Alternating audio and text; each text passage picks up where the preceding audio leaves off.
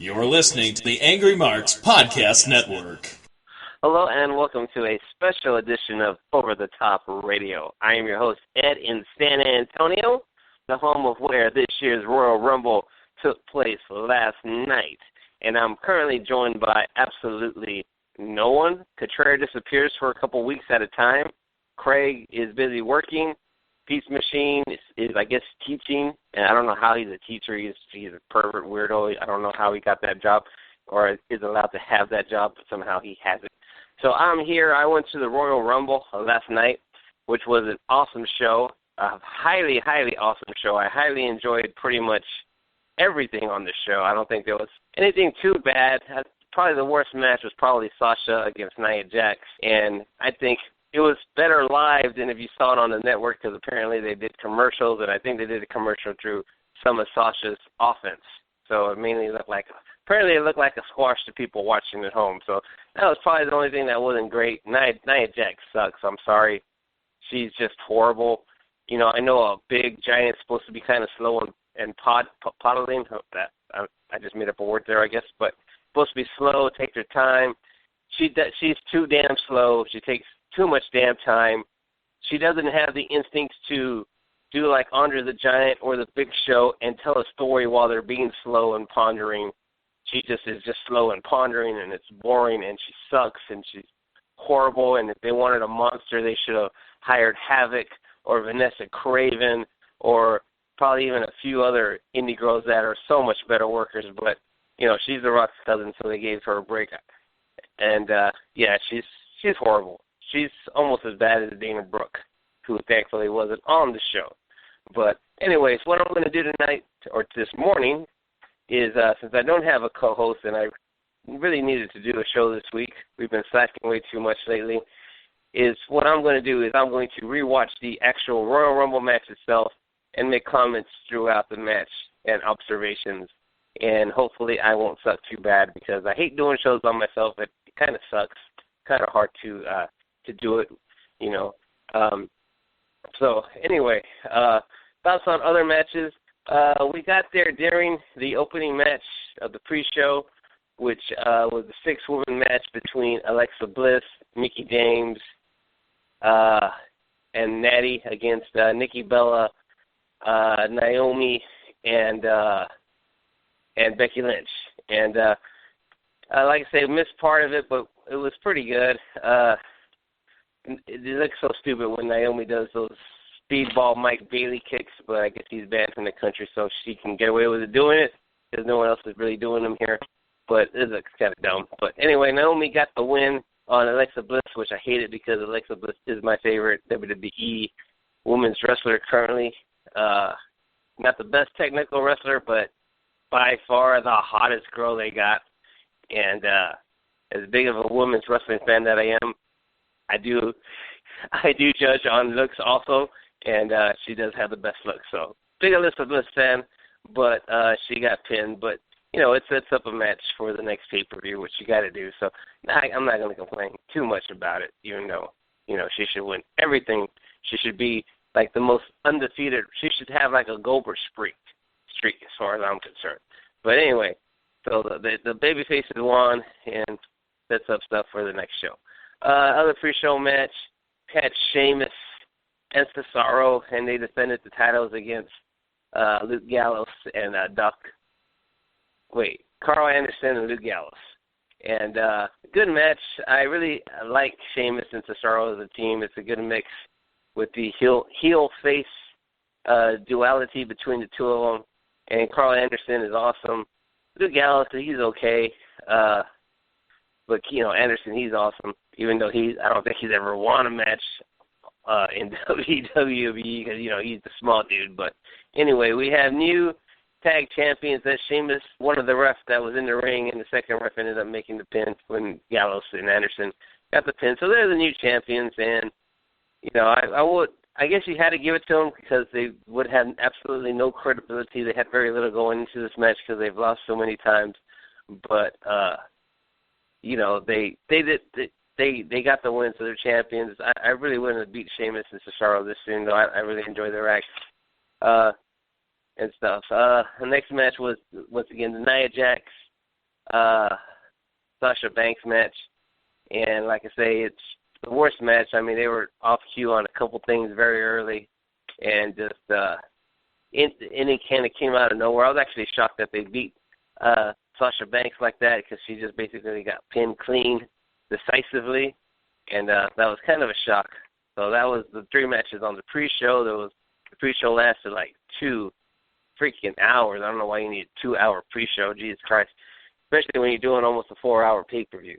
So I guess that's how WrestleMania is going to be, and I guess that's how all the big shows are going to be from now on. So I'm just going to have to get used to it. As far as the pay-per-view itself, Bayley, who's my second favorite WWE wrestler after Alexa Bliss, had her title match against Charlotte, and they had a decent match. Nothing blow away. I mean, it wasn't one of the better women's matches, but it was good. And this is another match where the finish kind of came out of nowhere. Charlotte hit the natural selection outside on the apron, and then rode Bayley in, pinned her clean. I wouldn't have had Bayley win now. I would save that for WrestleMania. That would be an awesome pop if she wins at WrestleMania. But I would have had more shenanigans in her being defeated, like have her almost win, because I don't think she ever really got any of those like pins where it looked like she was going to win. So I would have built her stronger, and then like they had to finish where Charlotte just screws her somehow, cheats her way out of it. But they did what they did. But like I say, it was a good match, but not really what I would have done. I mean, I would have done the same winner, but just not the way they did it. Next match was Kevin Owens against Roman Reigns, Chris Jericho in the shark cage, and Chris Jericho, except for certain spots, you know, he was kind of like out of the picture in the cage. He wasn't making bringing too much attention to himself, except when he needed to.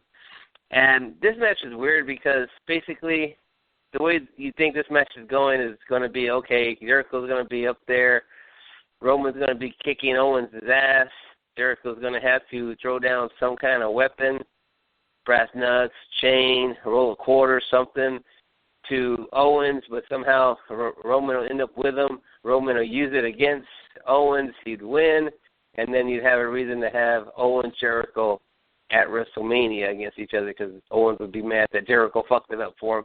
That's not what they did. And it really kind of took that aspect out of it because it was a no DQ match. So the whole match, they're using tables and chairs, and Kevin Owens was playing Tetris with the chairs and making some kind of like artwork or something on the outside. And of course, when he's doing that, you're like, okay, his fat ass is the one that's going to go through the chairs. And they teased Roman going through them, didn't deliver. They went away from it. And then, of course, later on, Kevin Owens' fat ass went through the chairs. And it didn't look as bad as I thought it was going to be, because it's one of those things where the chairs are set up so weird that something could happen but didn't. Jericho, like he did, dropped the brass knucks, and Owen used them, and he punched Roman in the face and went for the pin, and you think that would be it, but somehow brass knuckles aren't enough to knock out Roman Reigns, and he kicked out, and X-Pac went crazy on Twitter, apparently, from what I hear, and the match kind of continued, and it looked like Roman was about to win.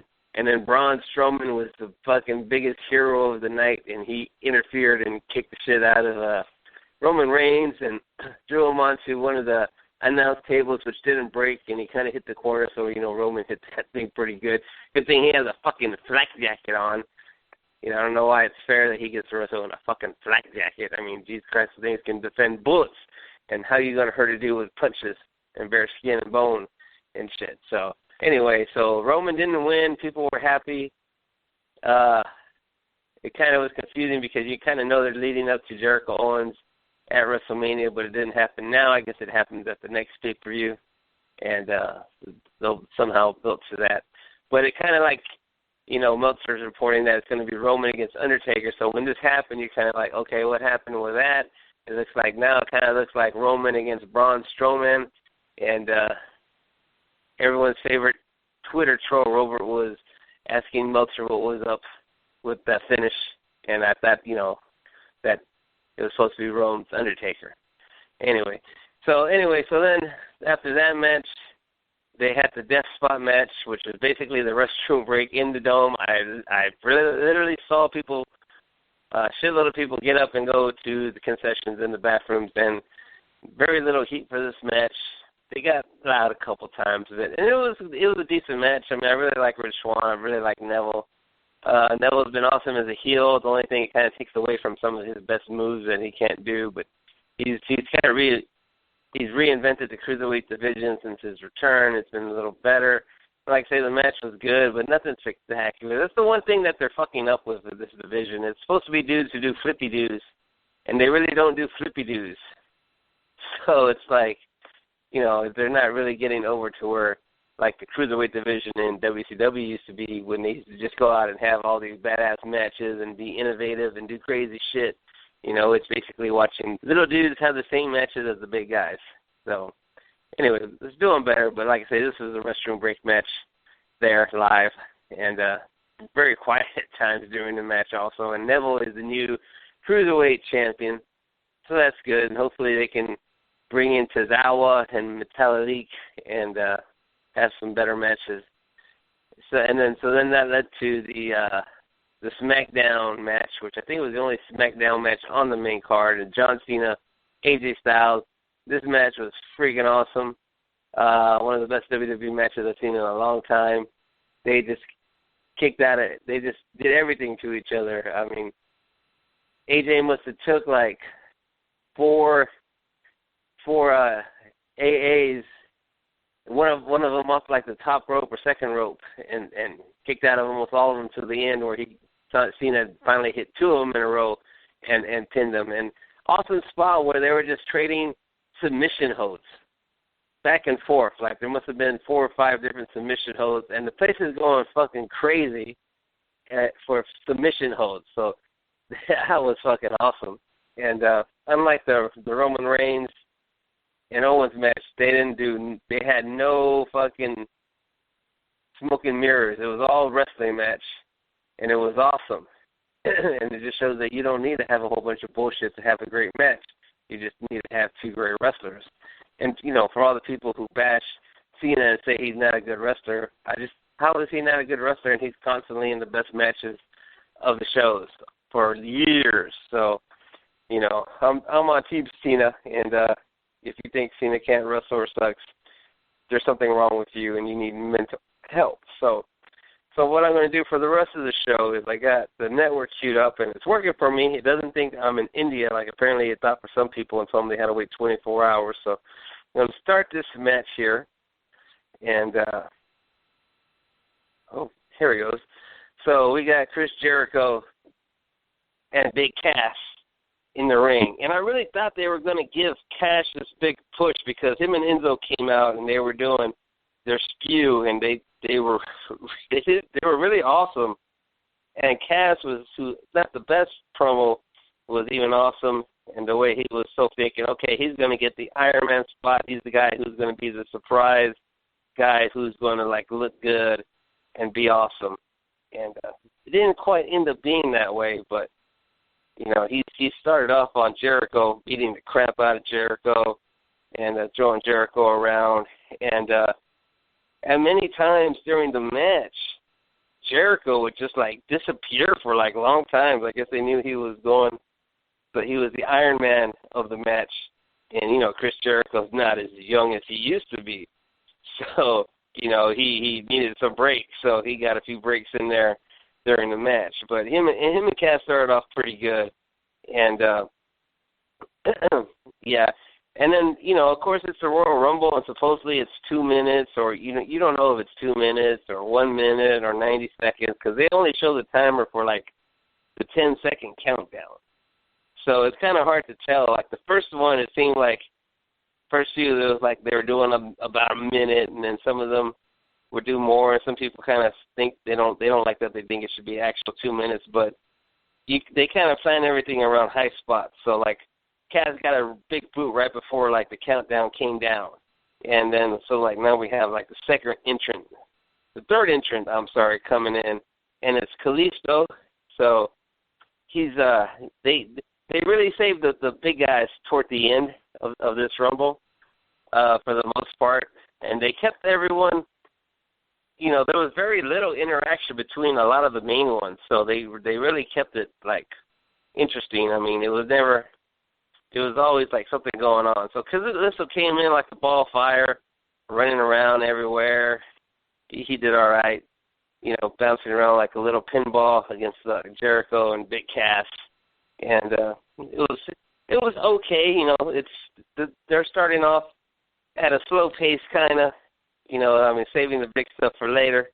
And it's a Royal Rumble. It's a long match. You can't have total excitement the whole time. So anyway, I'm going to go ahead and hit the 10-second advance thing here.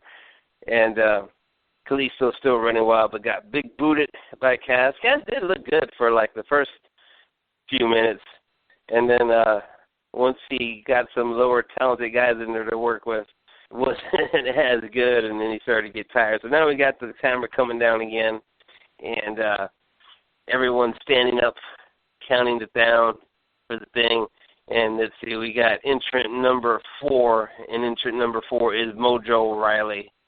And one of the most hated baby faces next to Roman Reigns in the company, I guess. I actually like Mojo. He's not bad. I think I like him just because most people don't like Mojo, just because he's kind of annoying with his hype gimmick, which is legit. I met the dude. I met him after WrestleMania in New Orleans on I don't know if it was Bourbon Street or one of the wherever we were partying. We went to like so many bars that night, and we ran into a bunch of the guys and Mojo is just as crazy and hyped in real life when he's drunk as he is when he's in the ring. So he was a good dude. I liked him. And he's just not very good in the ring. I mean, he tries. It's not that he doesn't try. He's just not very good. They really, except for a few exceptions and people who are just, I guess, born to wrestle, like Charlotte and a few other people, but people they get from scratch at the Performance Center, they don't really get very good. And so right now we got Mojo and Jericho trying to throw out Cass, and Kalisto down, and Cass is fighting back here. And like I say, there's action, but nothing like major's going on. And now we're going to have entrant number 5 coming in. And I think it's number 5. And let's see who it's going to be. I can't even remember now.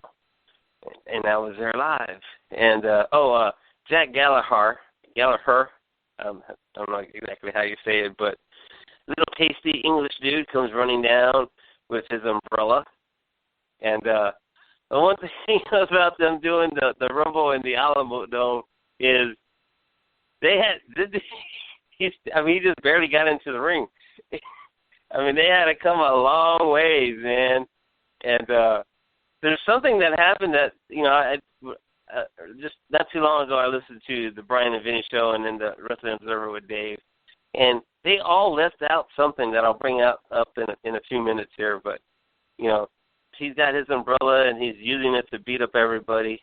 And I guess it's like the bunkhouse stampede. Come as you are, use whatever you want. So Jericho kind of starts to cut him off and starts to pose, and now Gallagher is going to grab his umbrella and fucking hit Chris Jericho in the dick with his umbrella. and then he opens it up, and then he starts spinning it around, and they did fuck it up and shoots it to the side, so you see that it's Jericho spinning the umbrella. And before it looked like Gallagher was doing it. So anyway, he finally put the umbrella outside the ring, but it's not the last time we're going to see the umbrella in the match. And now we're back to Cass just throwing around Kalisto, and just all these. There's constantly people trying to throw other people over the top, and I guess it gives them a little break here. And so we're just waiting down for the next entrance, which is about to come in right now. So down 7. Everyone stands up for the countdown. And here we go. We got entrant number 6. And let's see, who is it? I forgot. Oh, it's Mark Henry. Mark Henry, I guess, is one of the surprises in the Rumble. And Mark actually looks in great shape. He looks like he's lost a little weight, and he's all fired up. And okay, maybe they didn't show this. Okay, that's why no one snapped to it, because they're not showing it right now. But for the big guys, because it was such a long way, they had this fucking golf cart rigged up where all the big guys came down in a golf cart, and they still haven't shown it, so maybe they didn't show it at all. So now Henry's walking. He's got off the golf cart, and he's walking to the ring. And he's about to get in and start clovering people. So that's probably why they probably just didn't show anybody. But it was awesome live because it looked like fucking Mark Henry was fucking riding a Segway to the ring because you couldn't see the golf cart or the people. And Gallagher just tried to headbutt Mark Henry to no avail and gets thrown out of the ring.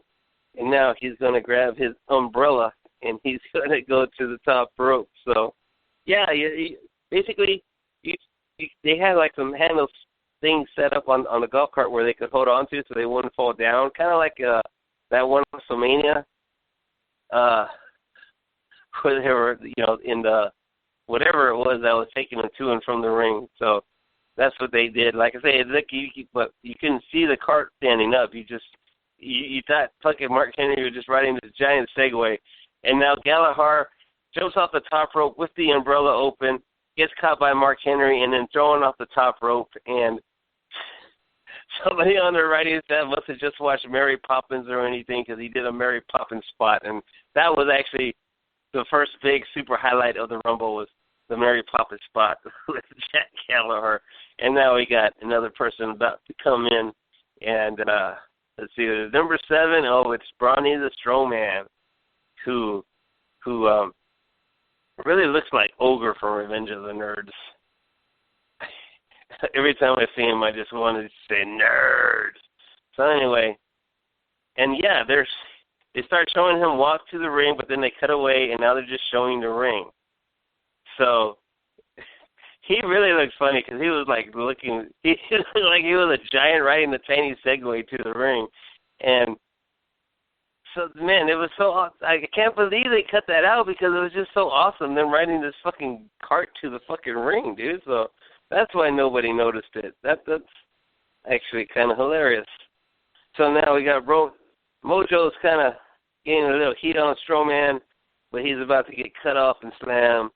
And basically, here's where we're going to clear. There goes Mojo. He's out of there.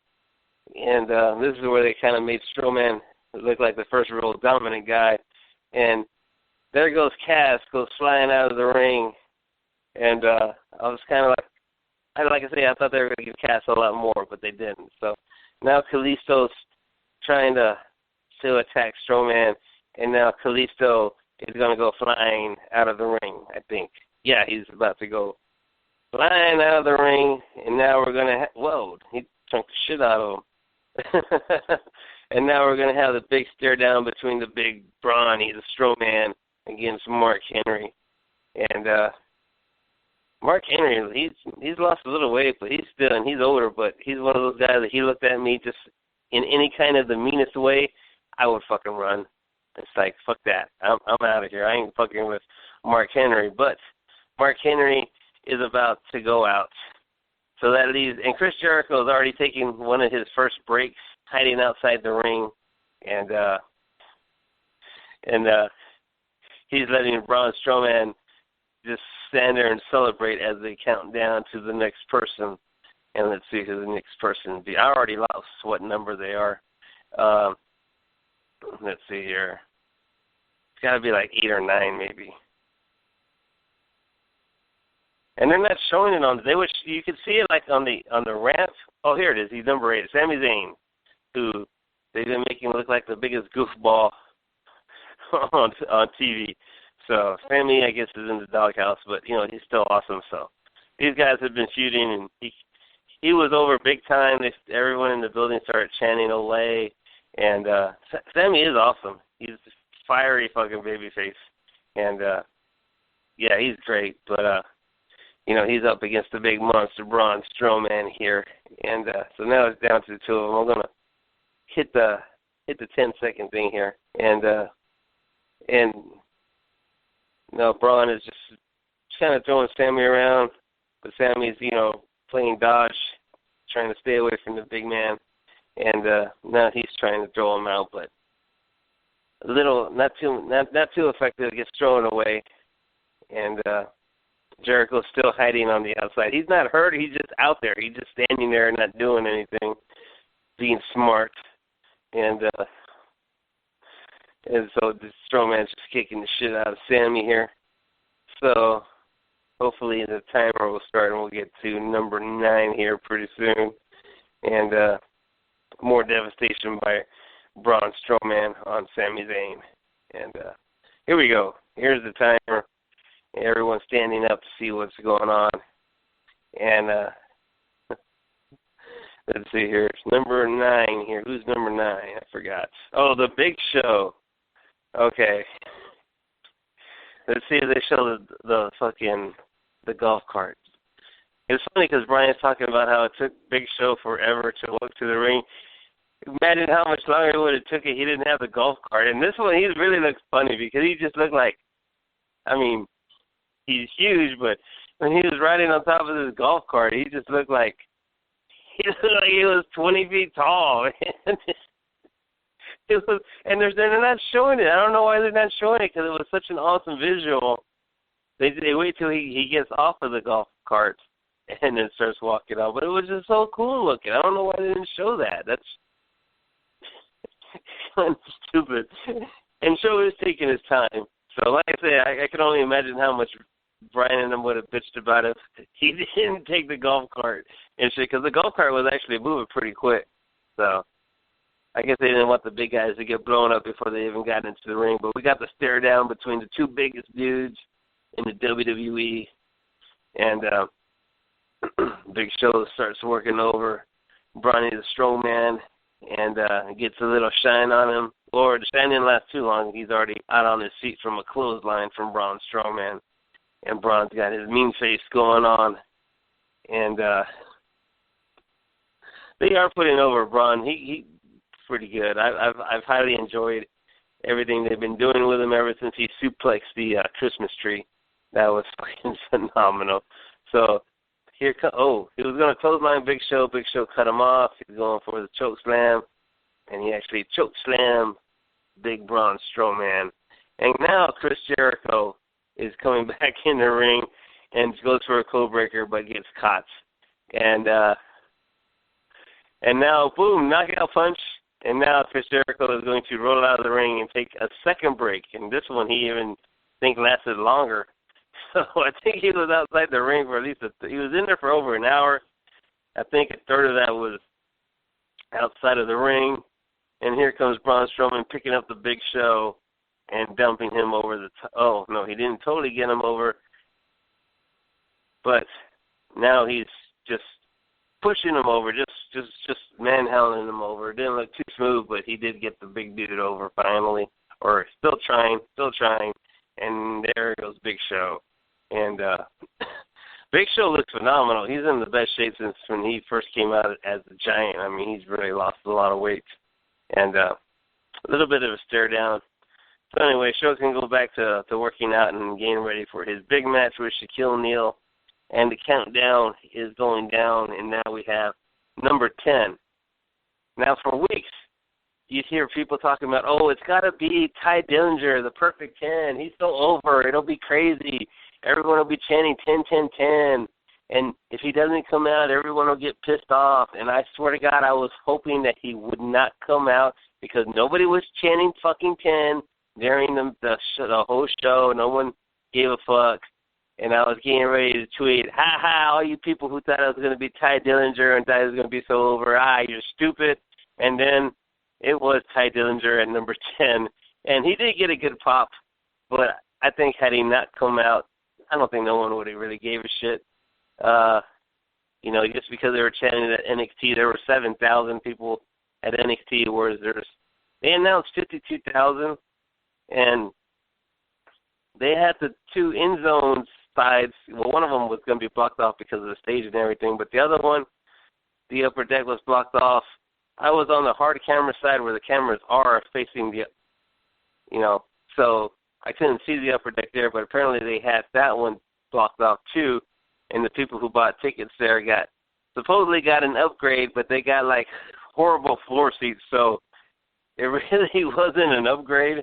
And it happened to one of my friends here. So now it looks like we're going to get a double suplex, Sammy and Ty, but Bronny the Strowman is going to reverse it and give them a double suplex as the time is coming down for number 11.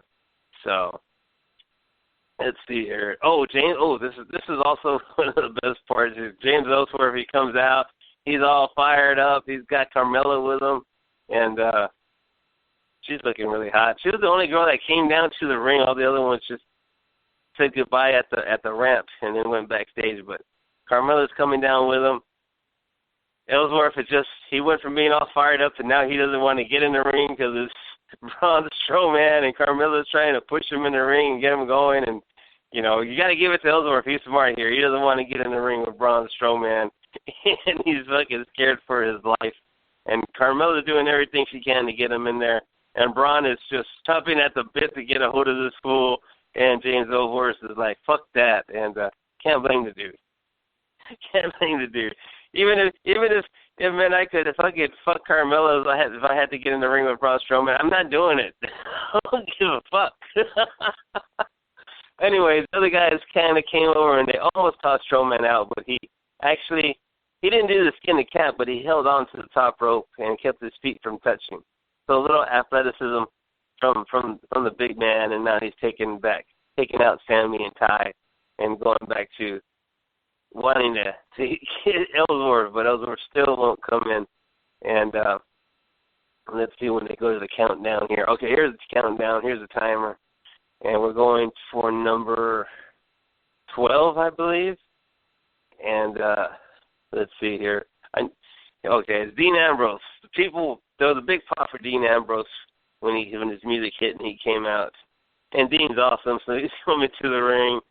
And he's getting ready to start fighting, and he's finally getting to the end, to the long run, and Ellsworth is kind of like scared that he might jump on him, but then Dean's like, come on, we can do this together, me and you, buddy, me and you, we're going to go in there, we're going to fuck them up, and Ellsworth's getting all fired up and pissed off again, and they're ready to go, and Ambrose is counting 1, 2, 3, and fucking Ellsworth is just in the ring, gets fucking killed while fucking Dean just stayed out like a dick.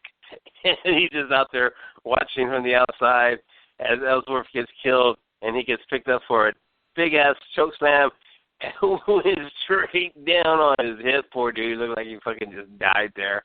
Apparently he's okay. that was awesome. It was actually awesome, the whole James Ellsworth thing. That was one of my favorite spots. And like I say, they're showing it in slow motion. Jesus Christ, he's lucky he's fucking hit didn't shatter, like if he was an old lady falling down or something. So now we got Dean in there, and he's trying to put up a fight against the big man, but a little success here. But now he's being cut off and being pummeled, or he's still actually fighting. So now you got he just took a drop kick from Ty, clothesline from Sammy. They're all triple teaming his ass. They're all pounding on him. And then we get our first roar spot of the night. And then he just knocked the shit out of Ty and starts beating up the three dudes all by himself. And like I say, they did a good job with Braun. So here comes the timer again, and we're going to see who comes out.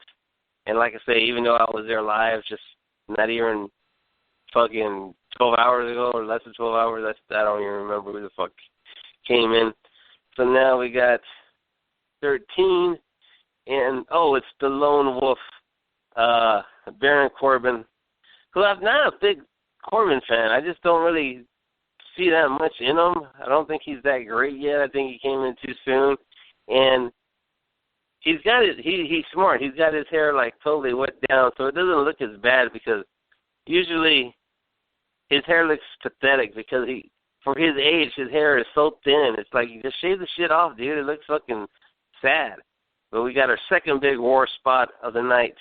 And there goes Ty Dillinger flying out of the ring like the jobber that he's going to be if he's called up. And, yeah, I don't, the NXT, they have some people they get behind. I just never, he's okay, but never seen a big deal about Ty Dillinger and stuff. So, anyway, he's gone now. So now you got Corbin and Dean, Sammy all triple teaming the big Braun Strowman, and here comes a big Halula kick that looked fucking awesome. Really like kicked the shit out of him. And then we get this running clothesline from Baron Corbin on Strowman that eliminated him. And this clothesline was fucking awesome. I mean, it was an awesome visual because he fucking clotheslined the shit out of him, and Braun went flying out of the ring. And now he's pissed off and leaving. So now we're down to Baron Corbin, Dean Ambrose, Sami Zayn, and a sleeping Chris Jericho on the outside of the match. And now they're showing the replay of the clothesline. And like I say, it was awesome because Strowman went flying out of that damn ring. And back to it, starting to slow down again. And here we go. We got the counter going. And let's see who's coming in now. And 3, 2, 1.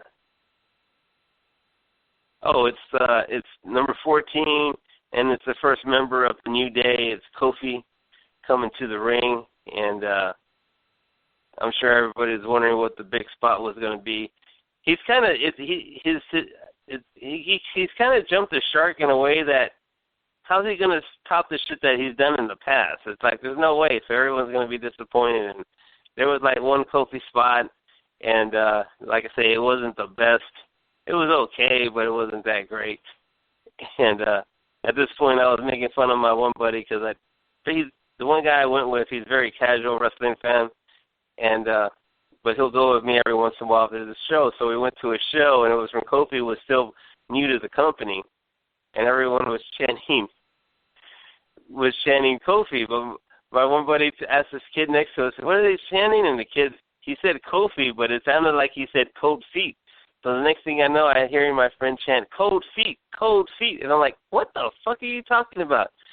And he's like, cold feet, man, cold feet. He's fucking awesome. He's badass. So I'm like, cold feet? He's like, yeah, cold feet. I go, his name is fucking Kofi, dude, not cold feet. And then I always make fun of my friend for that after that. But, yeah, so when I'm with my buddy watching, it's not Kofi, it's cold feet. And, now we got another entrance about to come in, and crowd's going. The crowd, every time the camera would turn on, the crowd would just jump to their feet and start looking to the thing and see what was going on. So we got 15. We're halfway there, and we got The Miz.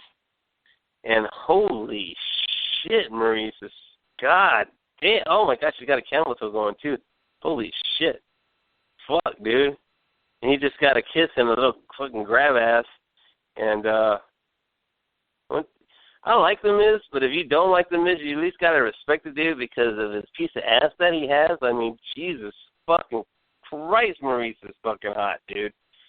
I mean, she's so fucking awesome. And now Miz is hitting his big move on everybody. And like I say, I like The Miz. Anyone who doesn't like The Miz is stupid and stuff. So anyway, he's trying to get over Dean.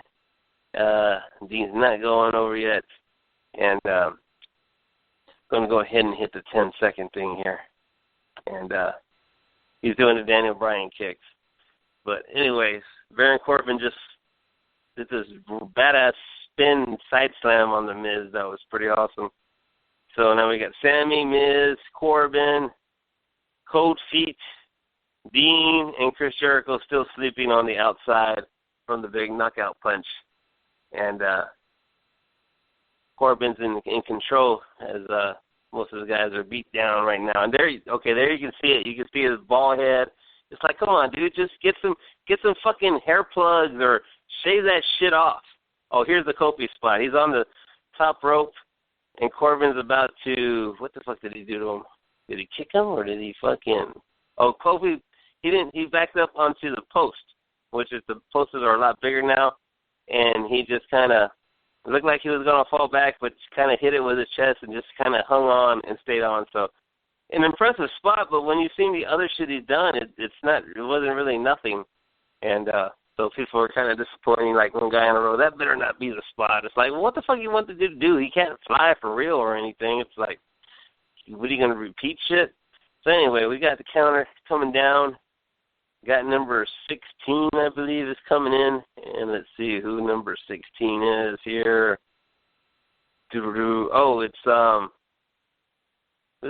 Sheamus. Sheamus is coming in, Mr. Pasty himself, and he's running down, and he's probably gonna get blown up before he even gets into the ring. Goddamn, it's so fucking far. You think he's a big guy? They should have gave him the golf cart. They only gave it to like the biggest of the dudes and shit. So Sheamus is in there running wild on everybody here. We're going to hit the 10-second thing here. And because basically he's just Sheamus, knocked the shit out of everybody. And Chris Jericho finally got back in the ring. And now Miz is about to get clubbered with like the forearms from Sheamus. And they're doing that thing with the camera zooming kind of in and out, but not as bad as they used to do it. So, anyways, big bro kick on Chris Jericho, and probably going to roll out of the ring and take another break. They're showing a replay of Kofi, and it was impressive, but like I say, it's like, the shit he's done before, how are you going to fucking top it? And I'm kind of disappointed he doesn't wear his gold wing shoes anymore. Those things were awesome. I don't care if they don't go with the rest of his outfit. Those shoes were fucking money. And now we got Jericho's slowly rolling out of the ring, and there he goes. And now we got the countdown as things have kind of slowed down a little bit, and the ring's kind of filling up. So now we got what we got here. They pulled away so I can't see. Fuck, what's going on? Who the fuck is it? I don't have the sound on, so else I could, or I would know. Oh, it's fucking Big E. And Big E, you almost see him get in the golf cart. As soon as he took one step on it, they cut away. And I don't know why they didn't show that shit, man. I don't know why fucking Big E needed to ride the fucking golf cart. I mean, he's a big dude, but he's young and in shape. I mean, I can see why with the Big Show and Strowman and shit, but anyway, so now Big E's in the ring, and he's got a domino stretch on the Miz, and he's slapping his ass to get everyone to chant New Day Rocks to him, feeling the Miz's ass the way the Miz felt Maurice's ass before he went to get into the ring. Double team with him and Kofi on the Miz, and the New Day, or two-thirds of the New Day is running wild. And going to go ahead and hit the 10-second thing here. And Miz is almost out. Sammy's almost out. But they're staying in. And, they're both back in. And here comes the timer again. And let's see what we got here. 4, 3, 2, 1. I don't even know what number they're at now. I keep losing track. And, we're at 18, and it's Rusev, and he's got Lana, and goddamn, Lana's looking fucking, oh my God, dude. I don't know who I would take Lana or Maurice. I mean, goddamn it, dude. They're fucking incredible. Rusev is wearing like a mask like you would see in like a basketball player got his nose broken and was trying to play, and had no idea why. Apparently, I guess he got hurt on Raw, and he's coming in as a force of nature here. And if you remember the first time Rusev was in the Rumble when he made his debut, he went in the ring, and there was like 5 or 6 dudes, and he picked all of them up and put them over the top rope, but none of them went to the floor. And he just drew Sheamus over the top, but Sheamus didn't go out. He just drew Sammy over the top, but Sammy didn't go over the top. So it's like Rusev's gimmick in the Royal Rumble is he knows to throw them over the top, but he doesn't know the full rule is for them to touch their feet or whatever. So it's like he never fucking throws anyone really over the top, or he throws them over the top. He just doesn't eliminate their ass. So anyway, so now we got the rings really filling up. We got 1, 2, 3, 4, 5, 6, 7, 8, and then 9 if you count Chris Jericho. So you got all these fools in there, and thinking I know who's next. Or no, I probably don't. I don't think Lesnar comes in until later. So anyway, here comes the countdown. down to 6, 5, 4. And like I say, they're all beating on each other, but nothing like too exciting is happening. They kind of tone it down for the countdown. So, okay, here comes Cesaro, and he's running to the ring. And he's still running to the ring. Like I said, it was a long way from the entrance to the ring. And right off the bat, he grabs Miz, and he does the spin, and then he drops Sammy. Now he's got Sammy, and he picks Sammy up like nothing, and he's spinning Sammy around, and he's still got Sammy, and he drops in. Now he's got Dean, and he's spinning Dean around, and now he dropped Dean. Now he's got Kofi, and now he's spinning Kofi around. He's slowing down. Now he's got Big E, but now he's a little tired and dizzy, and he can't really get Big E, and he fucking falls down because he's so dizzy. He's selling the dizziness, and here comes Corbin, but he grabs Corbin, and he's able to get Big Corbin up and spins Corbin around. Kind of slow, though, but he still got him around for a couple times, and now he's so dizzy and disoriented, he grabs Sheamus, and he's about to do it to Sheamus, and Sheamus is like, no, but he looks like he really wants to do it. But before he can, he gets super kicked by Rusev and stuff. So that was actually pretty fun with Cesaro going crazy with the giant swings here. So anyway, now the ring's really full. We got like 10 people in there and stuff. And here comes the countdown. And here we go here. 5, 4, 3, 2, 1. All right, what's going on here? Who's coming out? Oh, and now we got the third member of the New Day. Xavier Woods is coming out, and he's running down the aisle. And it's so funny because they're running as fast as they can, but it still takes forever to get in the ring. And he's got his Iron Sheik boots on, so why can't Kofi have his fucking gold wing boots on? I don't get that shit. But Xavier's starting to run wild on Sheamus, and they're all taking turns on Sheamus, all the New Day. And, mainly Kofi and Xavier, they're just beating the shit out of Sheamus and hitting all kinds of moves. And now Big E is going to hit a big splash. And The Miz had to get out of his way when he was bouncing off the ropes. And, he just crushed Sheamus.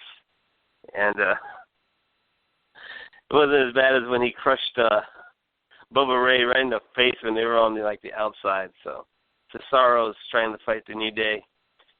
And now it's kind of slowing down, so I guess the counter is about to start here in a minute. And Xavier almost goes out, but he holds on. And then Kofi almost goes out, but Xavier throws him back in. And then Miz throws him out on the apron on the other side. And anyway, Big E's. Oh, he threw him into the corner, and the Miz took a double kick from Kofi and Xavier from the outside. And now they almost eliminated the Miz, but he holds on. So here comes the counter at 0. And here comes, I forgot if it was Randy. It's Bray. It looks so awesome seeing all the fucking fireflies, as they call them. He's 21, by the way. So he's coming out with his lantern. And, there was just so many cell phones going. It looked incredible. While the match is going on, that was another added effect. Seeing everyone hold their phones up with their flashlights going. And that was super cool. And it kind of worked that he kind of took his time to the ring because it was such an awesome visual seeing all the fireflies here. So I'm going to go ahead and jump ahead a little bit here to the 10-second thing. And Bray's just barely getting into the ring, so now he's slamming people. He's got his dreads going, and he's just one by one taking everybody out. Now he just took out Dean. Now he took out Cesaro. Now he punched Rusev. Now Sheamus. And they put Bray over pretty strong here. Oh, now he's having to stare down with Xavier. Remember a while back, Xavier was scared of he's starting to fight back a little bit, but boom, just Sister Abigail on Xavier Woods. And, oh, no, he got out of it, big forearm, and just got fucking clubbered right there with a fucking clothesline from Bray. And here's where you can tell the timer is, like, different, because it must have took, like, over a minute for him to get into the ring and stuff. And, okay, now Sheamus and Cesaro are fighting with the New Day. And they got Kofi and Xavier on the outside of the ring, and they're clubbering on him. And here comes Big E to save him. And the counter is going down to 0-1. And let's see who it is here. Where are we at? 19 maybe? Or 22? And it's Apollo Crews. And he's running down. And Apollo Crews, everyone was so hyped when they signed Apollo Crews. And it's an example of the people who watch Evolve or PWG, the big work rate fans. It shows that they're such a small minority because, Apollo Crews in an Evolve match or PWG match is awesome because he can do a lot of moves and flippy doos, but that's all he is. I mean, he has a great body. He's very athletic, can do all this shit, but you have to do more than flippy doos in the WWE. You have to tell a story. Okay, there goes all three members of the New Day from Cesaro and Sheamus, and that everyone went crazy for that. So they kind of slapped hands, and now Sheamus is trying to throw Cesaro, and Chris Jericho finally woke up, and he threw out Cesaro and Sheamus, and now they're out. That was awesome. But going back to Apollo Crews, I mean, he can do all this shit, but he can't tell a story during the match. He can do his flips, but he can't sell the rest of the match. He can't. The note, you have to listen to the music between the notes, and he has none. And I think he could learn and get better. But he's been a major disappointment since he got to WWE because he's someone you look at him and Vince has got to be in love with the dude just because the dude looks like one of those old He-Man action figures where he's just chiseled to every fucking thing and can do so much for his size, but he has not got over in WWE, and like I say, big disappointment as far as I'm concerned. And so maybe one day he'll get it and he'll get better. But anyway, here comes number 23, and it's Randy Orton, and he's kind of jogging to the ring because he's not going supposed to be like some of these guys, and he's hit the ring, and boom, here comes the Viper. Boom, he's taking out everybody. And big power. He's got that beautiful power slam that he does. He hit the Miz with it. And now, let's see, what's he going to do? Oh, RKO on Corbin. And now RKO on the Rusev. And now, let's see. Oh, Sammy kind of gave him an elbow. Sammy's about to come off the second rope. Oh, he kicked Orton. And he's coming off and the top rope, and he got RKO. That was actually an awesome spot. He kind of did a little springboard up from the second to the top rope and then got RKO. So now Randy and Bray, he helped Bray up, so now they're standing tall together as everyone's down. And Jericho almost looks like he wants to go out of the ring again, but he's staying in for now and kind of slowed down a little bit. And let's see who the next person coming in is going to be here. And I'm actually amazed I've been able to talk throughout most of this without too many dead air moments.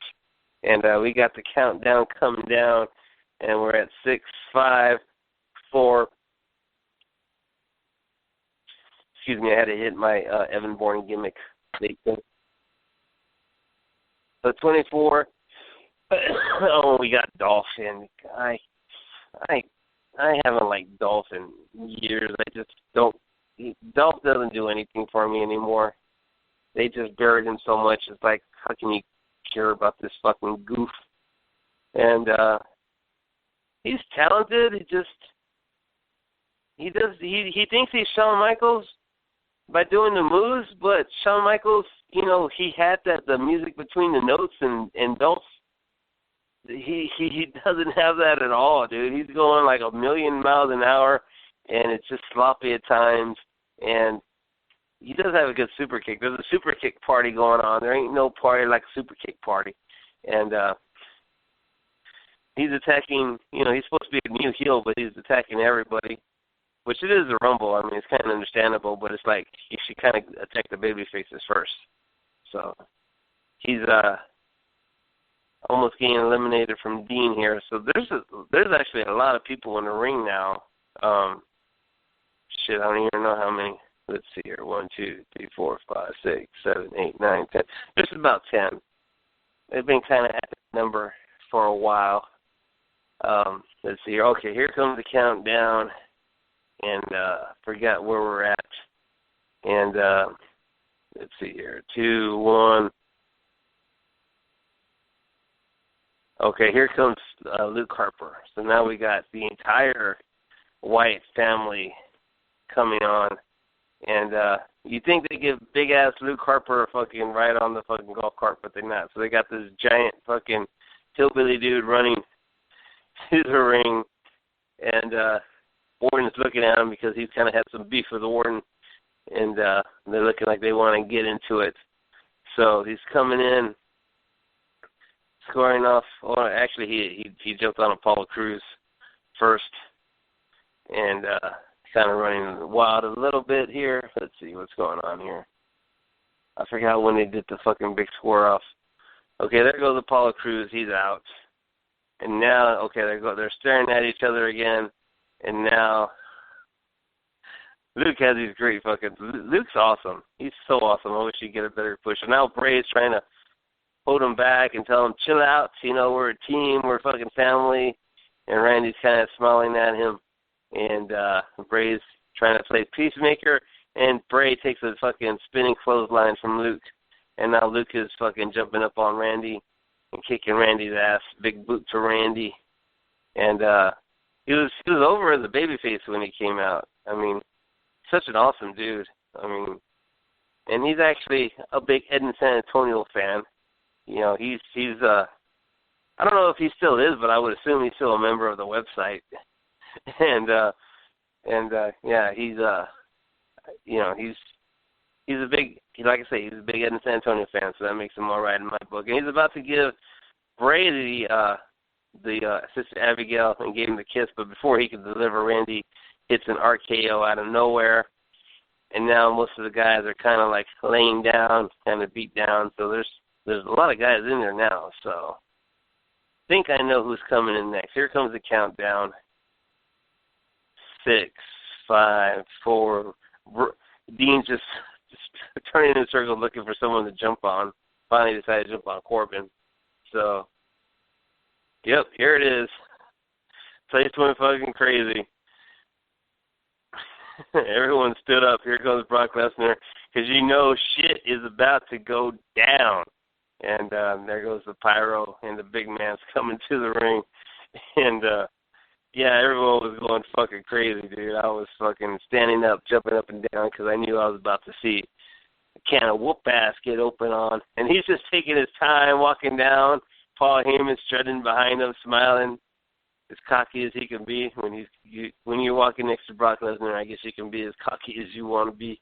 And Brock's finally getting to the ring. And fucking just clobbered Dean. And there goes Dean Ambrose by Dean. He's out.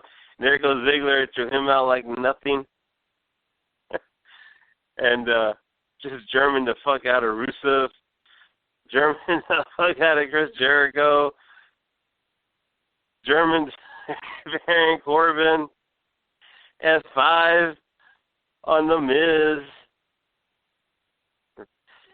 F5 on Randy Orton. He took it easy on Randy after he fucking almost killed Randy the last time they wrestled each other.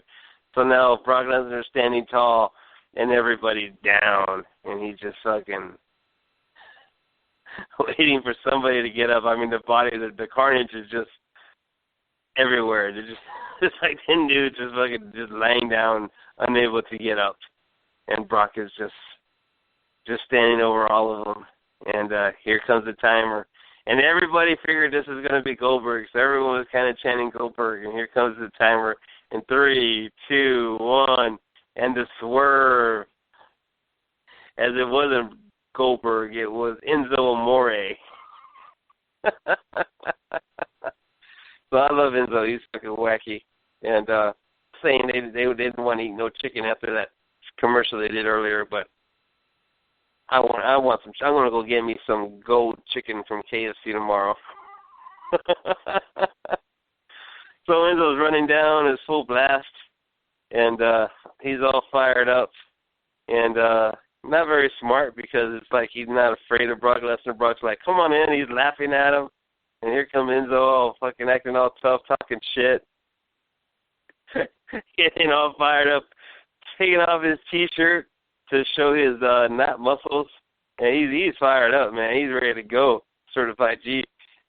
He's all fucking going crazy, and fucking boom, he just got his head taken off, like Stan Hansen just fucking hits Masawa or something, dude.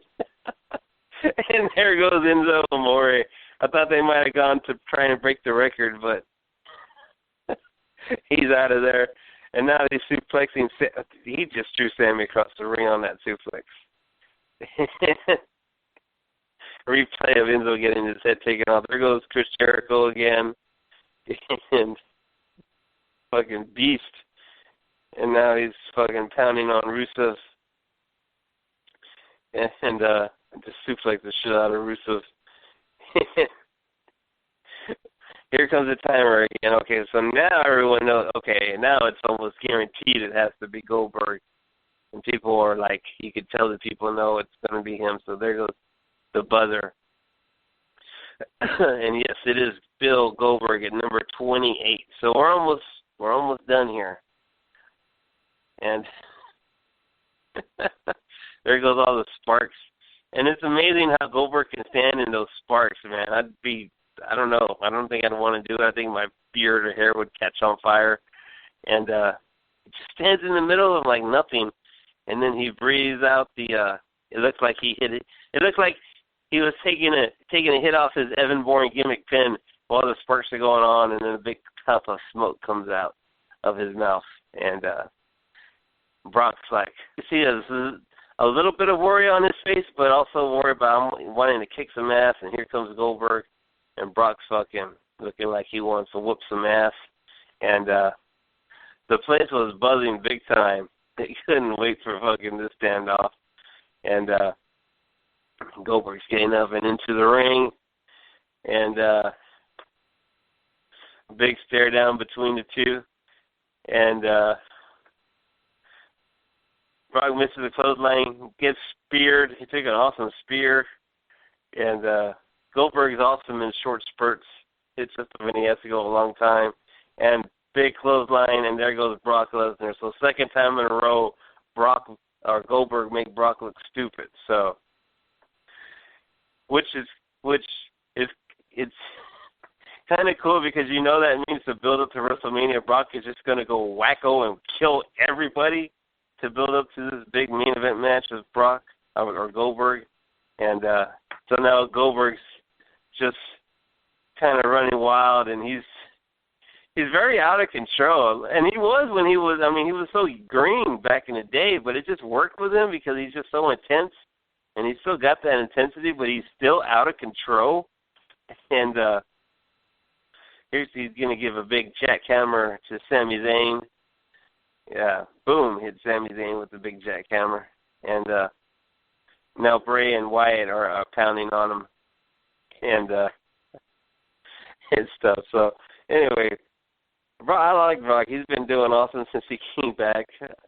Even when he was fucking up his promo on Raw, it was so fucked up that it was actually kind of awesome. And he just hit a big spear on both Bray and Randy Orton.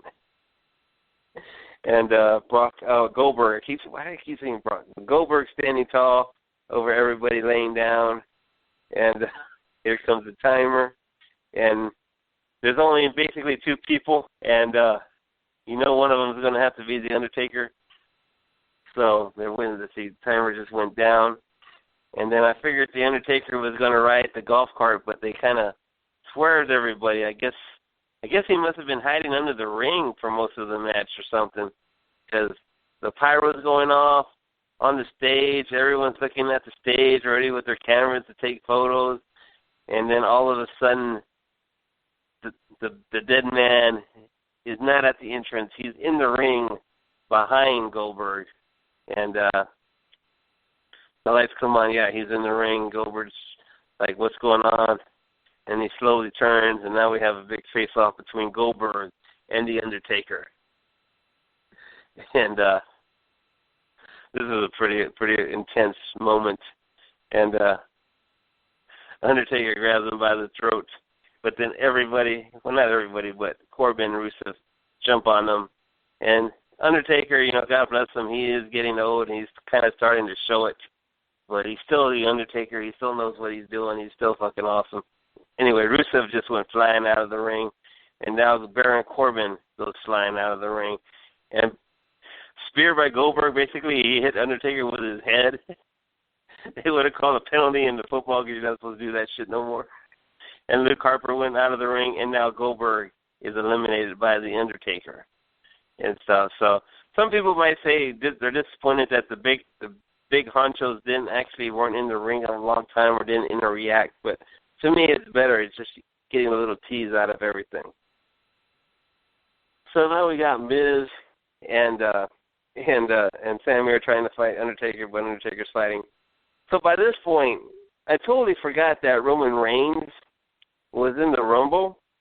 And I'm thinking to myself, there hasn't been any big surprises. And I'm thinking to myself, they just announced Kurt Angle for the Hall of Fame, and supposedly he canceled a booking this weekend or sometime around here. And I'm thinking to myself, because I might even be a spot ahead of myself. I'm not sure. I forgot what fucking number fucking Undertaker was. But when it came down to 30, I was so excited. I was so ready because I was waiting to hear. Let's see who's coming out right here. 6, 5, 4, 3, 2, 1. I think there was somebody before Roman. Could be wrong though. No, it's Roman. So anyway, I totally forgot about him being 30. So I was just waiting for Donna, and I was gonna lose my fucking mind. And then they played Roman's music, and I was like, "You fucking motherfuckers!" That was an awesome throw job. And people fucking hated Roman, and apparently he doesn't fit the weight limit to ride the golf cart because he's walking to the ring, and Undertaker's looking at him, waiting for him, and the way they're showing this, it's like Roby jumped the gun on jumping on Dave because it's very clear that they are going to do Roman and Undertaker at WrestleMania. Yeah, Roman's looking in the ring. Undertaker is standing right under the sign, and they're staring each other down big time. And Roman's got like a cut on the bridge of his nose. I never really saw any blood in either of the matches, but I guess he busted that up pretty good. So, yeah, they're still staring each other down. And I guess the match will be okay. Hopefully they'll be smart and turn... Oh, Roman just got sucker punched by The Undertaker. But hopefully they'll turn Roman heel or whatever. If he beats The Undertaker, he'll definitely be a fucking heel. People are going to be pissed if he fucking beats The Undertaker at WrestleMania. And he's winning on Taker. Taker just clotheslined him down. Taker, he had surgery, so I can't blame him for not being in the best shape. He does look kind of soft with the belly. He's really in much better shape come WrestleMania. So I guess he's not going to do a whole lot, and hopefully he'll get in a little better shape because, yeah, this is probably the worst I've ever actually seen The Undertaker look physically as far as, like, being the biggest I've ever seen him. Usually more shredded. He usually does get in good shape for WrestleMania, and he's still running wild on everybody, and he's still The Undertaker, dude. He's still awesome no matter what he fucking looks like. And there goes The Miz, and I don't feel bad for The Miz because he gets to go backstage and fuck Maurice now. And there goes Sammy. Sammy's out, and basically you got Undertaker, Reigns. He almost threw Reigns out, but Reigns holds on. Now he's got Jericho. Going to go for a choke slam on Jericho. He gave him a wedgie, too, so it was a fucking choke slam and a wedgie. So that was a new combination. And now he's doing the throat-cutting motion. And now Reigns comes up behind him and eliminates the Undertaker. And Reigns is looking down on him. And Taker does a sit-up and looks at him.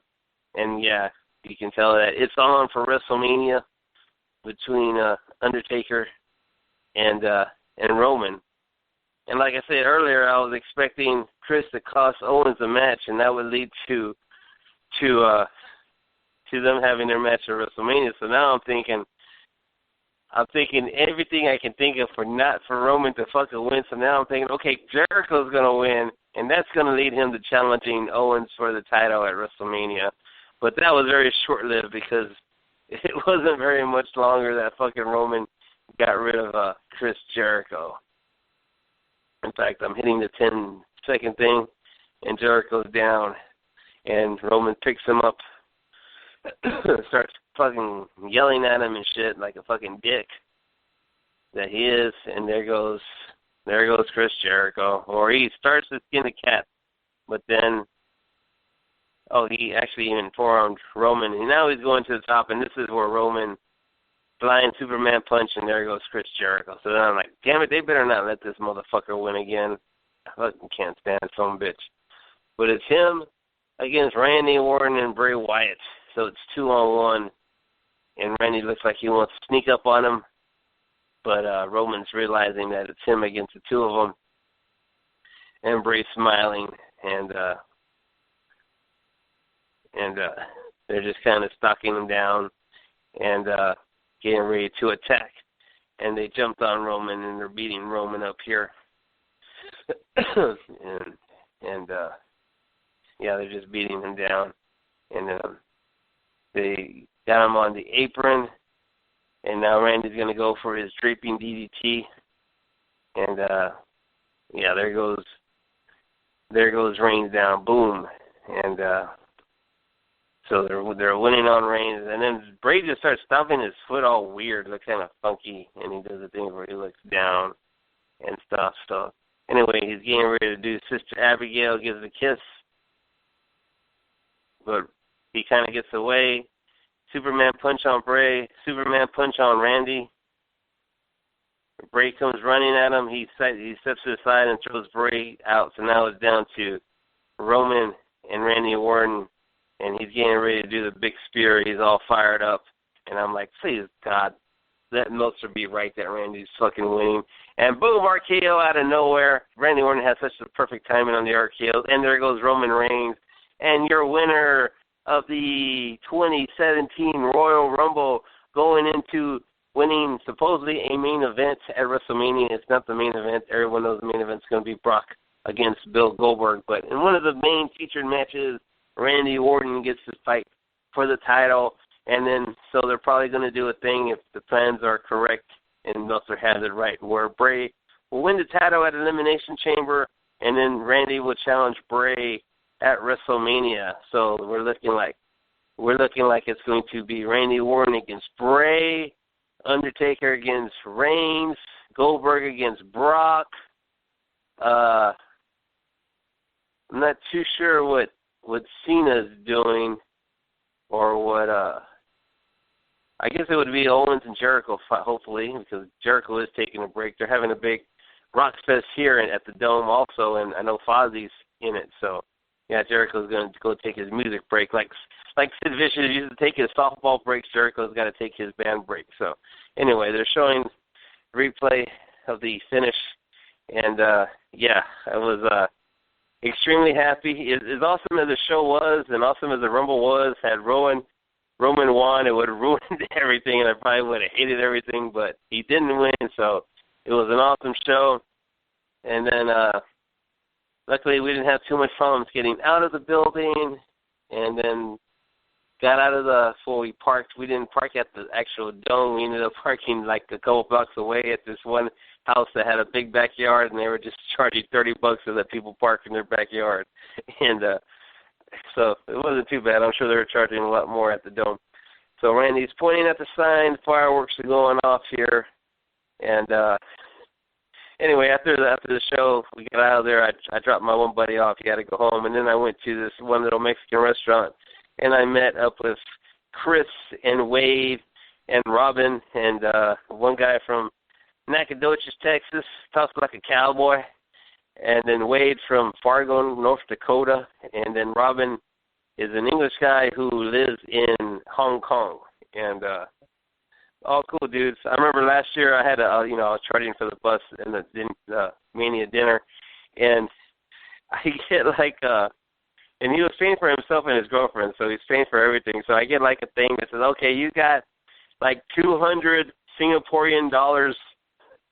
And I'm like, 200 Singaporean, what the fuck does that come out to? It's fucking American. So I hit the button thinking it's going to be close, and then it says like $16 American. I was like, what the fuck? I was like, dude, are you like ribbing me, trolling me? What the hell? But anyway, he just forgot to hit the translation on the money thing and send it to me right. But anyway, we had some food and some drinks, had a good old time, and then came home and then had to go do the paper, finished that, came here, did this pretty much right after I got home. So anyway, voice is tired from talking so much, and there's only like 9 minutes left of the 90 minutes that I fucking put on the show. So I'm going to go ahead and end the show, and hopefully we'll be back Friday, or hopefully, who knows.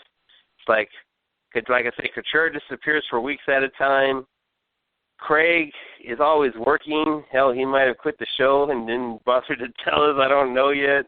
Peach, he's available sometimes. So hopefully we'll do something. We really do need to get track and getting back to business and doing more shows. But anyway, hopefully we'll be back next week. Until then, talk to everybody later.